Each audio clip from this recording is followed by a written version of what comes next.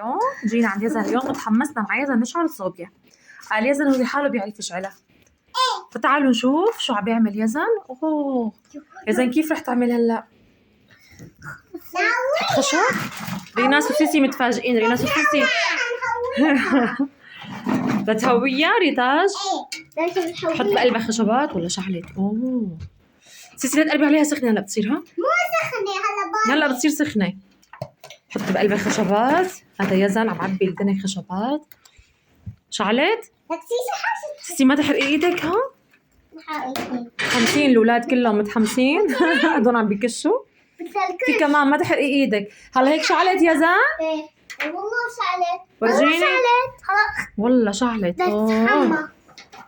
جيب لها كمان يمكن بدها كمان. هم معبين الدنيا العاب عم يلعبوا كانوا. سيسي صار بدها تكش معه.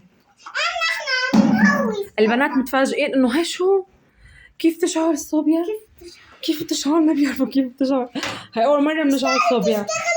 اشتغلت؟ لسه هلا بتسخن ماما. بصير سخنه تفجعكم ايديكم. يزن رجع جاب شغلات عم بحط في قلبها مشان يشعلها.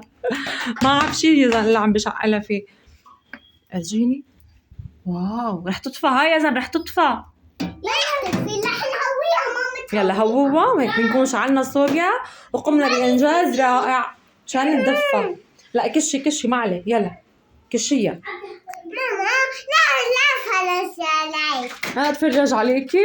ما عم شيء لحطه في قلبها. مين عنده مثل هالصوبيا؟ يزن بدها تحط في قلبها كمان شيء؟ لا يلا هيك نكون شعلناها وقمنا بإنجاز مشان ندفى لأنه بردنا بصراحة برد. بس لازم نحط لها حطب ونهويها. نحط لها خطب ونهويها. يلا اوكي.